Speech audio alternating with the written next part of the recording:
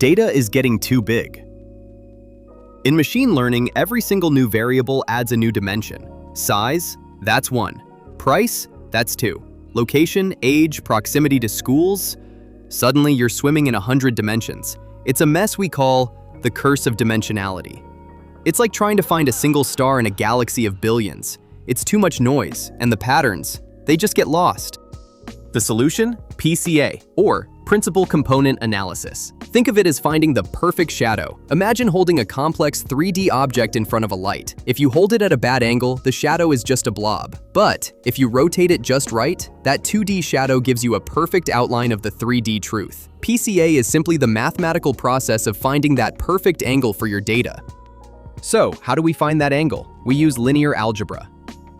We calculate the covariance matrix to see how variables relate. From that, we extract eigenvectors. These are arrows that point exactly where the data trends are strongest. The strength of these arrows? That's the eigenvalue. By picking the arrows with the highest values, we find the skeleton of the dataset. Now, the magic happens. We project our chaotic 3D cloud onto a flat 2D surface. We've gone from 3 variables down to 2.